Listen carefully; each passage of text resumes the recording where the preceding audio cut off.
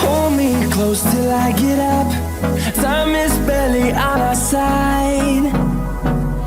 I don't wanna waste what's left. The storms we chase are leading.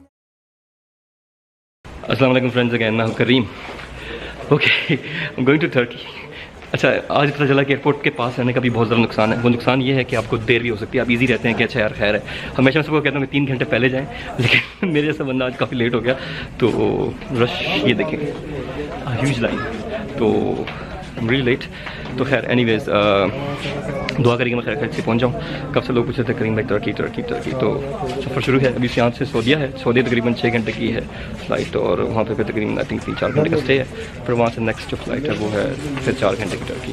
I loved it you, Saudi airline से जा रहा हूँ, first experience with Saudi airline, so let's see how they are. और फिर अब मिलते हैं plane में। हाँ।